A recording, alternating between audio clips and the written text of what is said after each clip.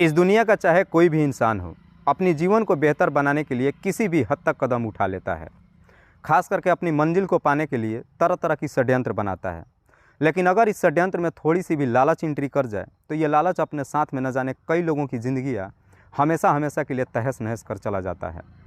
आज के कहानी में एक बेहद ही गरीब परिवार की महिला एक हाई प्रोफाइल की ज़िंदगी जीने का सपना देख लेती है और फिर अपने मंजिल को पाने के लिए अपने दिल में एक लालच बिठा लेती है और लालच में कुछ इस प्रकार से अंधी हो जाती है कि उसे अच्छे और बुरे का होश ही नहीं रहता है।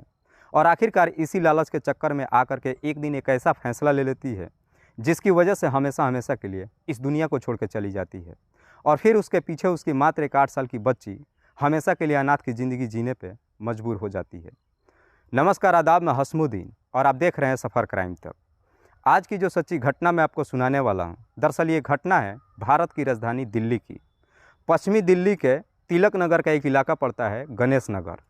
इसी गणेश नगर की रहने वाली रेखा, जिसकी उम्र है लगभग 35 साल, पति का नाम मनप्रीत जिसकी उम्र है लगभग 38 साल और एक 8 साल की बच्ची जिसका नाम है नीतू, पिछले कई साल से इस इलाके में अपने जीवन व्यतीत कर रहे थे। बात कर रहा हूँ मैं 1 दिसंबर 2022 के सुबह के 8 बजे के आसपास। 8 साल की बच्ची नीतू जब सो करके अपने बेड से उठती है, अचानक उसके सर में चक्कर आ जाता है। जब उसकी नज़र घड़ी पे जाती है तो देखती है कि दरअसल 8 बज चुका है। नीतू को समझ में नहीं आता कि सुबह का 8 बज चुका है, मम्मी मुझे जगाने क्यों नहीं आई है।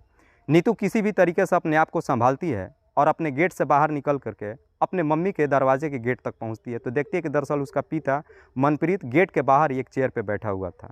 नीतू अपने पिता से पूछताछ करती है कि मम्मी कहाँ पे है। इस पे मनप्रीत नीतू को कहता है कि तुम उठी क्यों, तुम्हारी तबीयत ठीक नहीं है, तुम जाओ सो जाओ, तुम्हारी मम्मी मार्केट गई है। नीतू अब वापस अपने कमरे में आ जाती है, बेड पे लेट जाती है, लेकिन अपने मम्मी के बारे में सोचने लगती है कि मम्मी हर सुबह मुझे 6 से 7 बजे सुबह उठा देती थी, नाश्ता करा देती थी। आज सुबह का 8 बज चुका है, मम्मी अभी तक मुझे जगाने नहीं आई और सुबह सुबह के 8 बजे ही मम्मी मार्केट क्यों गई है। नीतू यही सारी बातें बेड पर लेटे लेटे अपने मम्मी के बारे में सोच रही थी कि अचानक नीतू को फिर से नींद आ जाती है और नीतू फिर से सो जाती है।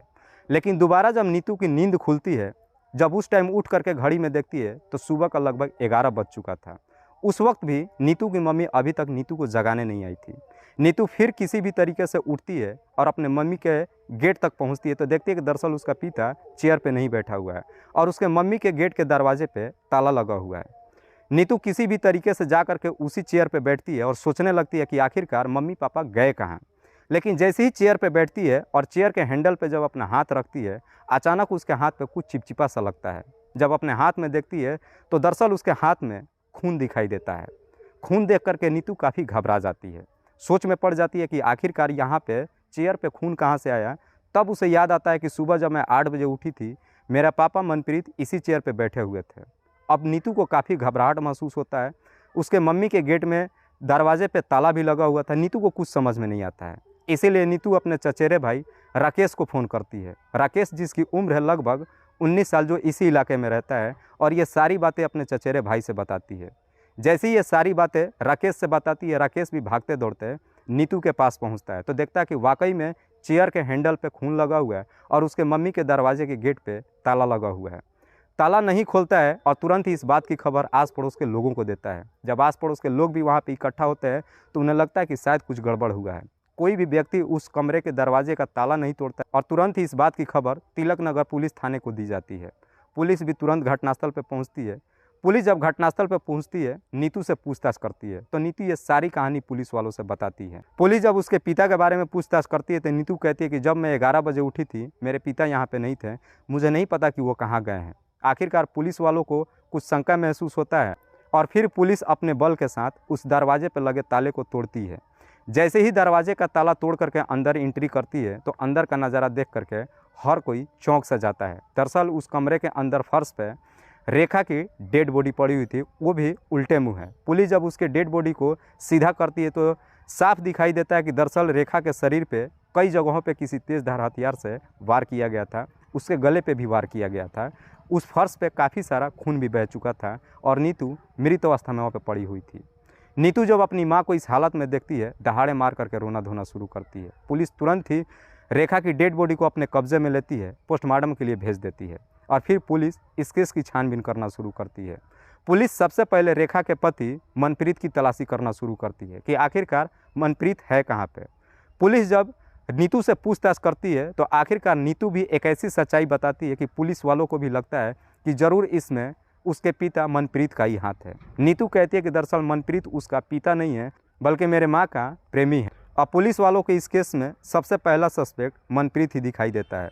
पुलिस जब मनप्रीत की तलाशी करना शुरू करती है, आखिरकार मनप्रीत का कहीं कुछ पता नहीं चलता है और देखते ही देखते पूरे दिन का समय गुजर जाता है। पुलिस दिल्ली के तमाम एरिए पे पुलिस को तैनात करती है कि कहीं मनप्रीत दिल्ली को छोड़ करके बाहर ना भागे। पुलिस अपनी तमाम कोशिश कर लेती है, लेकिन इसके बावजूद भी मनप्रीत का कहीं कुछ पता नहीं चलता है। आखिरकार पुलिस जब मकान के मालिक से पूछताछ करती है तो मकान का मालिक कहता है कि दरअसल मनप्रीत के पास एक सफ़ेद कलर की कार थी। मनप्रीत अपने कार को लेकर के यहाँ से रवाना हुआ है। पुलिस वालों को भी समझ में आ जाता है कि अगर इस केस को सुलझाना है तो किसी भी तरीके से जल्द मनप्रीत को सामने लाना पड़ेगा। पुलिस जब मकान मालिक से पूछताछ करती है तो मकान मालिक कहता है कि दरअसल मनप्रीत आज से ठीक 7 साल पहले सन 2015 में इस फ्लैट को किराए पे लिया था। जब फ्लैट किराए पे लिया था तो उस वक्त अपना डॉक्यूमेंट्स भी दिया था। पुलिस जब उस डॉक्यूमेंट्स को चेक करती है तो पता चलता है कि दरअसल मनप्रीत पटियाला का एक गांव का रहने वाला है। पुलिस वालों को भी समझ में आ जाता है कि शायद मनप्रीत दिल्ली को छोड़ करके अपने गांव पटियाला भाग चुका है। पुलिस तुरंत एक टीम को गठन करती है और उसी रात में ही पटियाला मनप्रीत के गांव के लिए रवाना हो जाती है। पुलिस जब अपने टीम को लेकर के और मनप्रीत के गांव के लिए निकलती है तो आखिरकार रास्ते में एक टोल नाका पड़ता है। पुलिस वाले उस टोल नाके पर अपनी गाड़ी को रोक करके वहाँ के सीसीटीवीज को खंगालना शुरू करते। जब पुलिस वहाँ के सीसीटीवीज को खंगालती है तो आखिरकार उस सीसीटीवीज में मनप्रीत की कार दिखाई देती है, जिससे साफ पता चल जाता है कि मनप्रीत इस बॉर्डर को क्रॉस करके पटियाला अपने गांव पहुंच चुका है। पुलिस वालों को भी समझ में आ जाता है कि हम बिल्कुल अपने सही ट्रैक पे चल रहे हैं। अगली सुबह 7 बजे के आसपास ही पुलिस की एक टीम पटियाला के गाँव मनप्रीत के घर पहुँचती है तो देखती है कि दरअसल मनप्रीत अपने घर पर ही है। मनप्रीत भी जब पुलिस वालों को देखता है काफ़ी घबरा जाता है कि आखिरकार पुलिस यहाँ तक कैसे पहुँच गया। पुलिस तुरंत ही मनप्रीत को अपने कस्टडी में लेती है और सीधे वहाँ से उठा करके पुलिस थाने पहुँच जाती है और फिर मनप्रीत से पूछताछ करना शुरू करती है। पुलिस जब मनप्रीत से पूछताछ करना शुरू करती है, मनप्रीत भी तुरंत अपनी सच्चाई कबूल कर लेता है। मनप्रीत बताता है कि दरअसल वो पटियाला के एक गाँव का रहने वाला है। मनप्रीत के पिता यूएस में रहते हैं, अच्छा खासा पैसा कमाते हैं। मनप्रीत पटियाला यूनिवर्सिटी से ग्रेजुएशन कंप्लीट करता है और साल 2004 में पटियाला छोड़ करके दिल्ली शहर पहुंच जाता है। मनप्रीत के पास अच्छा खासा पैसा तो था, लेकिन मनप्रीत अपने दम पे अपनी ज़िंदगी जीना चाहता था। जब 2004 में दिल्ली पहुंचता है, मनप्रीत प्रॉपर्टी डीलिंग का काम करना शुरू करता है। साथ ही साथ सेकेंड हैंड गाड़ियों का भी सेल फरोख्त करना शुरू करता है।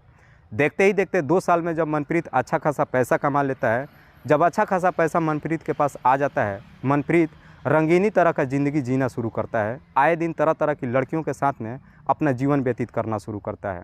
मनप्रीत के घर वालों को भी मालूम चल जाता है कि मनप्रीत अच्छा खासा पैसा कमा रहा है, लेकिन किस तरह की ज़िंदगी जी रहा था मनप्रीत, उसके घर परिवार वालों को मालूम नहीं था।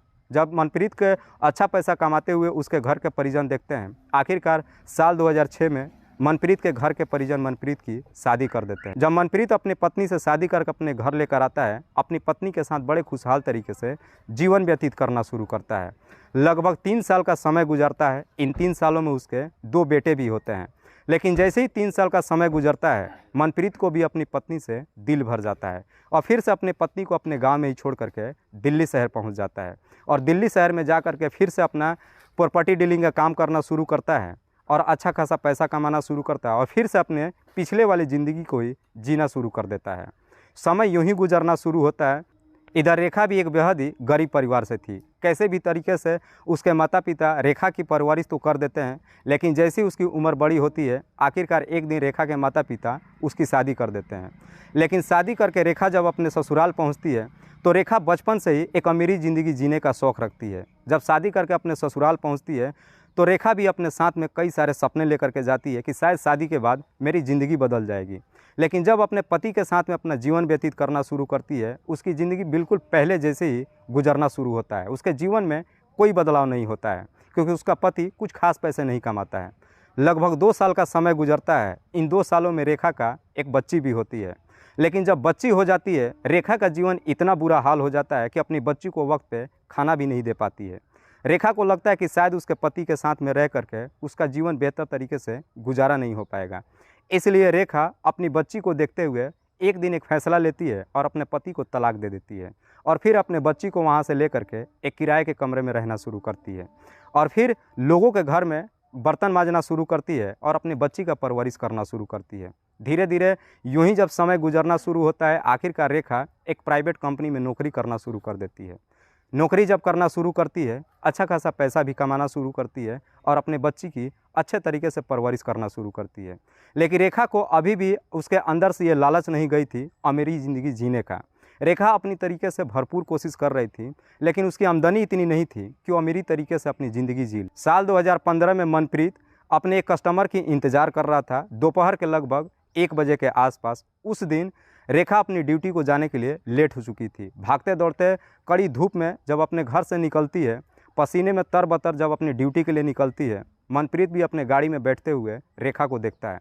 रेखा को जब पहली बार मनप्रीत देखता है, पहली नज़र में रेखा उसे काफ़ी हद तक पसंद आ जाती है। तुरंत ही अपनी गाड़ी को ले जा करके रेखा के पास रोकता है और कहता है रेखा से कि अगर बुरा ना मानो तो मैं तुम्हें वहाँ तक छोड़ देता हूँ जहाँ पे तुम जाना चाहती हो। रेखा भी, जो कि अपनी ड्यूटी के लिए लेट हो रही थी, तुरंत ही आगे पीछे कुछ भी नहीं सोचती है और मनप्रीत की गाड़ी में बैठ जाती है। लेकिन गाड़ी में जब बैठ जाती है, काफ़ी डरी सहमी होती है। इस पर मनप्रीत कहता है कि तुम्हें घबराने की ज़रूरत नहीं है, मैं तुम्हारे साथ कुछ भी गलत हरकत नहीं करने वाला हूँ, मेरे पे भरोसा रखो। आखिरकार मनप्रीत रेखा को ले जा करके उसके कंपनी के पास तक छोड़ देता है और उसके बाद से अक्सर हर सुबह 8 से 9 बजे के आसपास मनप्रीत उसी जगह पे जा करके अपने गाड़ी को लेकर के खड़ा हो जाता है जहाँ से रेखा उस रास्ते से होकर के अपनी ड्यूटी जाती है। और फिर उसके बाद से अक्सर मनप्रीत रेखा को अपनी गाड़ी में बिठाता है और उसके ऑफिस तक ले जा करके छोड़ देता है। धीरे धीरे जब यूं ही समय गुजरना शुरू होता है, कहीं ना कहीं रेखा को भी अब मनप्रीत अच्छा लगने लगता है और दोनों में दोस्ती हो जाती है। जब दोनों में दोस्ती हो जाती है, उसके बाद से मनप्रीत रेखा को दिल्ली के तमाम जगहों पर ले जा करके घुमाना शुरू करता है। कुतुब मीनार, लाल किला और अच्छे अच्छे होटलों में ले जा करके खाना खिलाता है। बहुत सारे पैसे भी रेखा के ऊपर खर्च करता है। रेखा को भी कहीं ना कहीं अपने वो दिन याद आ जाते हैं कि जो मैंने सपना देखा था एक रईसी ज़िंदगी जीने का, शायद वो वक्त आ गया है। रेखा को भी अच्छा लगता है कि मनप्रीत उसके ऊपर ढेरों सारे पैसे खर्च कर रहा है। एक दिन मनप्रीत रेखा को लेकर के दिल्ली के झंडे वाला एक मंदिर पे ले जाता है और वहाँ पे अपनी दिल की बात कहता है। मनप्रीत रेखा से कहता है कि दरअसल मैं तुमसे बेइंतहा मोहब्बत करता हूँ, अपने प्यार का इजहार करता है। लेकिन मनप्रीत जब अपने प्यार को इजहार करता है, इससे पहले रेखा मनप्रीत से अपनी सारी सच्चाई बता देती है। रेखा कहती है कि दरअसल मैं एक तलाकशुदा हूँ और मेरी एक 8 साल की बच्ची भी है। इतना सब कुछ जानने के बावजूद भी अगर तुम मुझसे प्यार करते हो तो मैं भी तुमसे बेइंतहा मोहब्बत करती हूँ। जब इस तरह की बातें रेखा कहती है, मनप्रीत भी उसकी बात को मान लेता है और कहता है कि हम दोनों लिविंग रिलेशनशिप में रह सकते हैं। रेखा को भी अच्छा लगता है और तुरंत ही मनप्रीत की बात मान लेती और इसी गणेश नगर के एक अपार्टमेंट में फ्लैट किराए पर लेता है और फिर रेखा के साथ में मनप्रीत लिविंग रिलेशनशिप में रहना शुरू करता है। 2 रूम का एक फ्लैट लेता है। एक रूम में मनप्रीत रेखा के साथ में रहता है और दूसरे रूम में उसकी बच्ची रहना शुरू करती है। लगभग 6 से 7 साल का समय गुजरता है, लेकिन जब 6 से 7 साल का समय जब गुजर जाता है, कहीं ना कहीं अब मनप्रीत का रेखा से भी मन भर जाता है और मनप्रीत फिर से रेखा को छोड़ना चाहता है। रेखा के साथ में काफ़ी मार पिटाई करता है, उसके साथ में काफ़ी दुर्व्यवहार करता है, लेकिन रेखा के पास अब कोई रास्ता नहीं बचता है। इतनी सारी मार पिटाई होने के बावजूद भी रेखा उन तमाम तकलीफ़ों को झेल जाती है, लेकिन उस फ्लैट को छोड़ करके मनप्रीत को छोड़ करके नहीं जाती है। मनप्रीत को भी लगता है कि इतनी सारी कोशिश करने के बावजूद भी रेखा मुझे छोड़ करके नहीं जा रही है और इसके रहते हुए मैं अपनी ज़िंदगी बेहतर तरीके से नहीं जी पाऊँगा। जब मनप्रीत ये जान लेता है कि रेखा उसकी ज़िंदगी से नहीं जाएगी, इसीलिए मनप्रीत एक षड्यंत्र बनाता है कि रेखा अगर मेरी ज़िंदगी से नहीं जाएगी तो मैं उसे हमेशा के लिए इस दुनिया से ही हटा देता हूँ। और फिर इस काम को अंजाम देने के लिए एक तारीख तय करता है। 30 नवंबर 2022 के शाम के वक्त मनप्रीत अपने प्लान के तहत मार्केट में जाता है, एक तेज़धार हथियार खरीद कर लाता है और साथ ही साथ नशीली कुछ दवाइयाँ भी खरीद कर लाता है। रात के वक्त जब खाना वाना खा करके सोते हैं, वो नशीली दवाइयाँ मनप्रीत नीतू को खिला करके उसके रूम में सुला देता है।